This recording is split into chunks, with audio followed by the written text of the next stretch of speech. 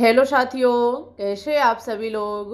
मैं दीक्षा यादव आप सभी लोगों का अपने यूट्यूब चैनल इन्फॉर्मेशन बाय दीक्षा यादव में हार्दिक स्वागत करती हूं। आज की इस वीडियो में बात करेंगे उत्तर प्रदेश सी नेट 2026 सिलेबस के बारे में। जी हाँ, सभी को पता है कि सी नेट का एग्ज़ाम उत्तर प्रदेश में बीएससी नर्सिंग एग्ज़ाम के लिए कराया जाता है।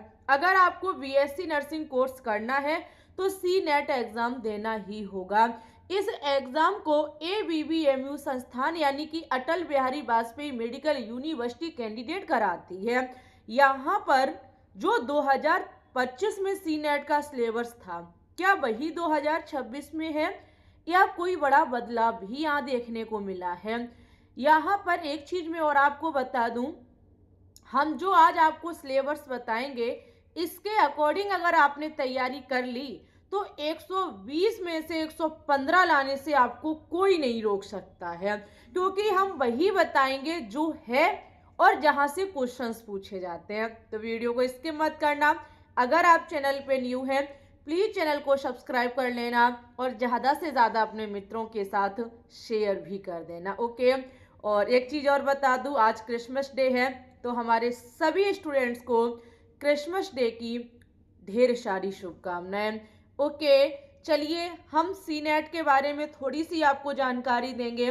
सी नेट एग्ज़ाम जो ABBMU कराती है उत्तर प्रदेश में, चाहे गवर्नमेंट कॉलेज हो चाहे प्राइवेट कॉलेज हो, अगर बीएससी नर्सिंग कोर्स करना है तो यही एग्ज़ाम आपको निकालना होगा। ओके, इस एग्ज़ाम की खास चीज़ भाई कि 120 क्वेश्चंस पूछे जाते हैं। 120 क्वेश्चंस में फिजिक्स, केमिस्ट्री, बायोलॉजी, इंग्लिश और नर्सिंग एप्टीट्यूड के क्वेश्चंस पूछे जाते हैं। सभी से 24-24 क्वेश्चंस पूछे जाते हैं। किसी भी प्रकार की कोई निगेटिव मार्किंग नहीं होती है। ऑफलाइन MCQ टाइप्स क्वेश्चंस पूछे जाते हैं। ठीक है, यहाँ पर एक चीज़ अब मैं क्लियर कर दूँ कि इसके फॉर्म को डाल कौन सकता है, क्या उत्तर प्रदेश या अदर स्टेट भी। तो देखो एक चीज़ सबसे पहले आप सुन लीजिए, इस एग्ज़ाम को गर्ल्स और बॉयज़ दोनों दे सकते हैं। ओके, यहाँ उत्तर प्रदेश के साथ साथ अदर स्टेट के बच्चे भी इस फॉर्म को अप्लाई कर सकते हैं। लेकिन मेन चीज़ है कि जो यूपी के निवासी हैं उनके लिए गवर्नमेंट और प्राइवेट दोनों सीटें उपलब्ध हैं, जबकि जो अदर स्टेट वाले स्टूडेंट्स हैं उनके लिए ओनली प्राइवेट सीटें उपलब्ध हैं। ओके, वो प्राइवेट कॉलेज में ही अपना हक जमा सकते हैं।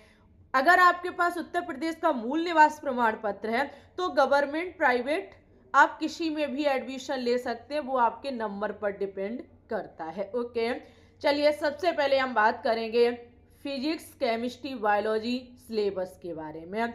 देखो सबसे पहले एक चीज़ ध्यान रखिएगा, आप जो भी पढ़ें डियर वो NCERT बेस पढ़ें। ओके, ऐसा बिल्कुल भी ना आप लोग करें कि ये भी पढ़ लिया वो भी पढ़ लिया, पता है ही नहीं ये NCERT बेस है या कैसा है, ऐसा बिल्कुल भी ना करें।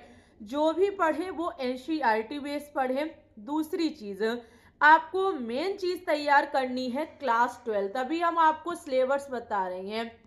क्लास 12 की फिजिक्स, केमिस्ट्री, बायोलॉजी जो भी NCERT चैप्टर हैं एक भी आपको नहीं छोड़ना है। साथ ही में बहुत अच्छा करने के लिए आपको 11th भी तैयार करना होगा। क्लास 12th और आपको 11th दोनों NCERT फिजिक्स, केमिस्ट्री, बायोलॉजी तीनों के अच्छे से चैप्टर तैयार कर लेने हैं। ओके, आपको डियर टॉपिक बहुत अच्छे से क्लियर करना है। हाँ, एक चीज़ ध्यान रखिएगा, ऐसा नहीं है कि आप MCQ पढ़ते रहें, ऐसा बिल्कुल भी मत करना। जहाँ तक हो सके चैप्टर को बिल्कुल जड़ से ख़त्म करके पढ़ना है। देखो अगर आप थ्योरी को अच्छे से कवर कर लेते हैं, आप कतई MCQ मत लगाना, तब भी नैया पार हो जाएगी। क्यों? क्योंकि क्वेश्चंस आएंगे तो थ्योरी से ही, और जिस बच्चे की थ्योरी क्लियर है उसका कोई भी बाल बांका नहीं कर पाएगा। कहीं से आएगा ना क्वेश्चन, आप उसे जड़ से उखाड़ डालेंगे। तो मेन चीज़ है टॉपिक, चैप्टर सारे क्लियर करना है 12th और 11th का। ओके, लेकिन NCERT बेस पढ़ना है आपको। जो 70% कोर्स बचा हुआ है, ऐसा नहीं है 100%।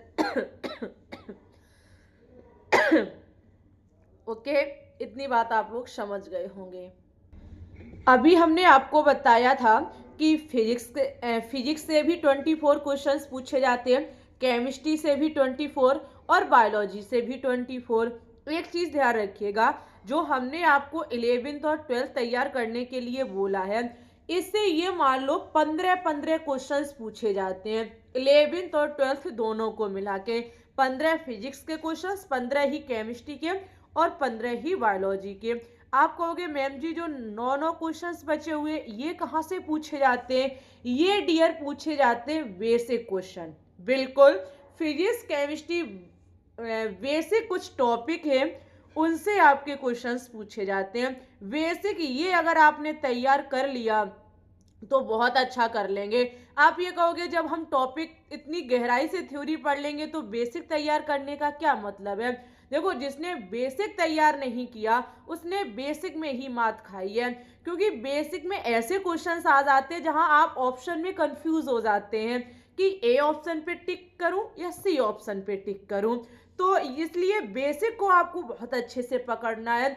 बहुत सारे क्वेश्चंस बेसिक्स में ही आते हैं। लगभग मैं आपको बता दूं 30 के समथिंग बेसिक क्वेश्चन ही पूछे जाते हैं साइंस के। ओके, वो आपके बेसिक चैप्टर हैं एसिड बेस और साल्ट वाला, मेटल्स और non metals, carbon and its compound, life process और आपका control and coordination, light, electric effect and magnetic effect, electricity, human I, atoms and molecules. और आपका नेक्स्ट चैप्टर है gravitation, force and law of motion, ecology, work energy power और reproduction. ये आपके कुछ most important हैं जो कि बेसिक हैं, साइंस के हैं, जो 9th और 10th में आपको देखने को मिलेंगे। ये 9th और 10th साइंस के चैप्टर हैं जिन्हें आपको बहुत अच्छे से तैयार करना है। ओके, चलिए अब मैं बात करूंगी इंग्लिश के टॉपिक कौन से हैं। क्यों, हमने आपको फिजिक्स केमिस्ट्री बता दिया, अब इंग्लिश के देखो टेंस है, पार्ट ऑफ स्पीच है, सेंटेंस स्ट्रक्चर है, वॉइस, एक्टिव वॉइस और passive voice, narration, models, sporting, synonyms, anonymous, one word substitution और आपका फ्रेज, ये सारे एरर ये इसमें और पूछे जाते हैं। सारे टॉपिक आपको बहुत अच्छे से क्लियर करना है। ओके, चलिए अब हम आपको नर्सिंग एप्टीट्यूड का और बता दूं। नर्सिंग एप्टीट्यूड में देखो ज़्यादातर क्वेश्चन आपके बायोलॉजी से पूछे जाते हैं। बायोलॉजी के कुछ ऐसे चैप्टर हैं जो नर्सिंग एप्टीट्यूड से लगे हुए हैं, वहाँ से काफ़ी क्वेश्चंस पूछे जाते हैं। ओके, तो बायोलॉजी अगर अच्छे से होगी तो नर्सिंग एप्टीट्यूड आधा निपट जाएगा आपका, ध्यान रखिएगा। और आपका देखेंगे आपको नर्सिंग एप्टीट्यूड में nursing profession in India, various important department in hospital, basic health आपका service, primary health care, national health program, material, child health, health information, education, communication, basic medical care, ये कुछ आपकी यूनिट है जिसे आपको तैयार करना है। ओके, इसके अंतर्गत काफ़ी टॉपिक बनते हैं, उन सभी टॉपिक को आपको अच्छे से क्लियर करना है। ये मोस्ट इम्पॉर्टेंट आपके चैप्टर हैं नर्सिंग एप्टीट्यूड के। ओके, हमें उम्मीद है कि आपको इतना सारा सिलेबस जो है वो बहुत अच्छे से समझ में आ गया होगा। देखो, कोई बदलाव नहीं हुआ है, 2025 में जो था वही सिलेबस 2026 में है। ओके, बदलाव होगा भी नहीं। NCERT base class 9th to 12th आपको अच्छे से कवर करना है। इसी के साथ वीडियो को लाइक करें, शेयर करें। अगर आपका कोई अदर डाउट है तो फिर मुझे कमेंट करके बताओ, मैं उस पर आधारित वीडियो आपको बना के दूंगी। मेडिकल इन्फॉर्मेशन बाय दीक्षा यादव, ये हमारा टेलीग्राम ग्रुप है, आप ज्वाइन कर सकते हैं। मिलते हैं आपसे न्यू नोटिफिकेशन के साथ, तब तक के लिए bye bye, take care, all the best.